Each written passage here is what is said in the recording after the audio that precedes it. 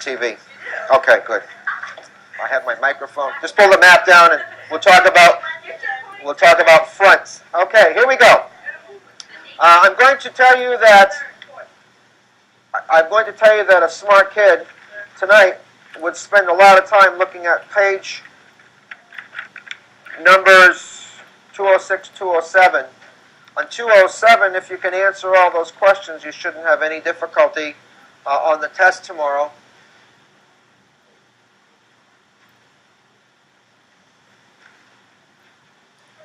Quickly turn to that page now and take a look at it.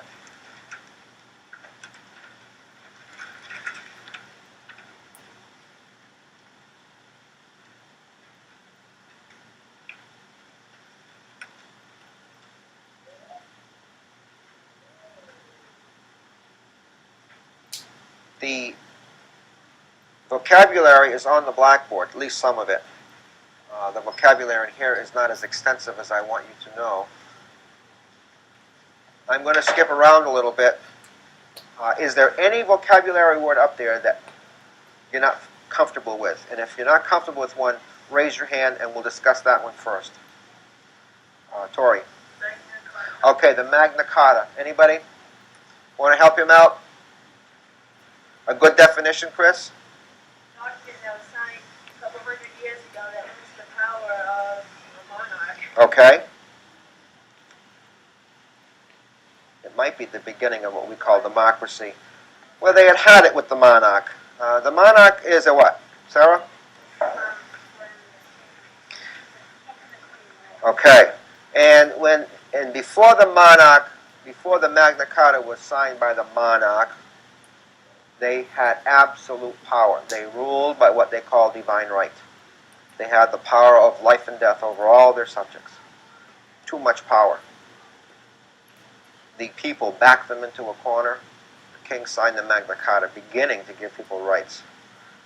That evolved over a period of time to what is now the form of government in England. Can you tell me what that form of government in England is now? Only two of you. Okay?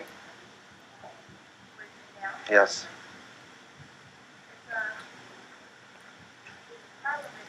It has a parliament thing. Okay, it has a parliament thing. Go ahead. Yep. Yeah, it's democracy, like similar to ours. It's not called that, however. Heidi? It's on the blackboard. Take a look at the words. No! It's a constitutional monarchy. Find that definition in your textbook, Adrian, and I want to know what it says about constitutional monarchies. You find it under the government page, am I right? Or you think you're going to find it in the glossary? Fine. I don't have a problem with that. Found it? I asked Adrian, though. Let's see if he can find it. Okay. I'll get you next. Bless you. You're welcome.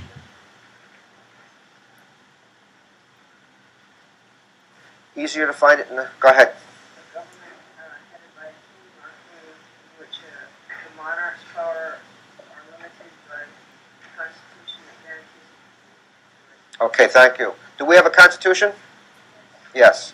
It is the guide by which we run our government. They have one also. How limited is the queen? What do you think? Very. He says very.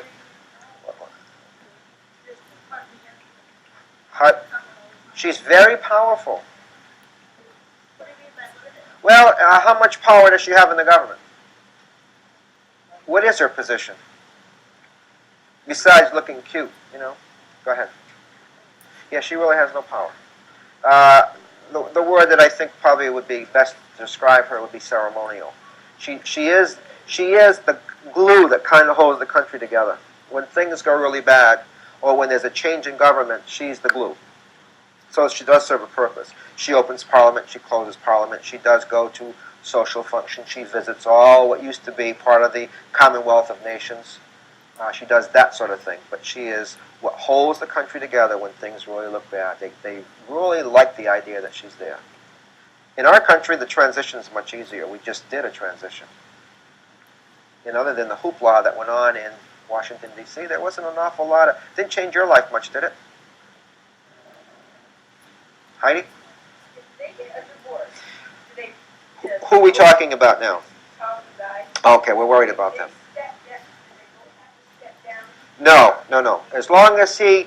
I don't think he can remarry without his mother's permission, because his mother is also the head of the Church of England. I also don't think that if he marries someone that's not royal, if he gets permission to remarry, and if he marries someone that's not royal, yes, he must step down, which would put his son, I believe his name is William, next in line, and he is only like, I don't know, 10 years old. What would happen in that case, you think? You think he'd become king? He would. And they'd appoint somebody, a regent, to help him. Yep.